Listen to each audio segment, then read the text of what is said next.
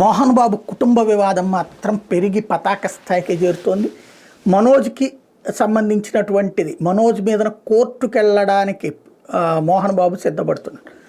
Rowdy అనే cinema ఏదైతే రామ్ గోపాల్ వర్మ తీసిన సినిమాలో ఒక విచిత్రమైనటువంటి కాన్సెప్ట్ ఇప్పుడు వీళ్ళ కుటుంబంలో కనబడుతుంది. అందులో చిన్నబ్బాయి తండ్రి ఎప్పుడు అవమానాల పాలవుతూ ఉంటుంటాడు. దానివలన అతను తర్వాతన ఇబ్బంది కూడా పడతాడు. అంటే చివరికి అతను శత్రువుల చేతికి చేరతాడు. అదే సందర్భంలో పెద్ద అబ్బాయి వచ్చేటప్పటికి విష్ణు అక్కడ అందులో తను వచ్చేటప్పటికి ఇక చివరికి తండ్రి కోసమనినే ప్రాణాలకి తెగించి పని చేస్తుంటాడు.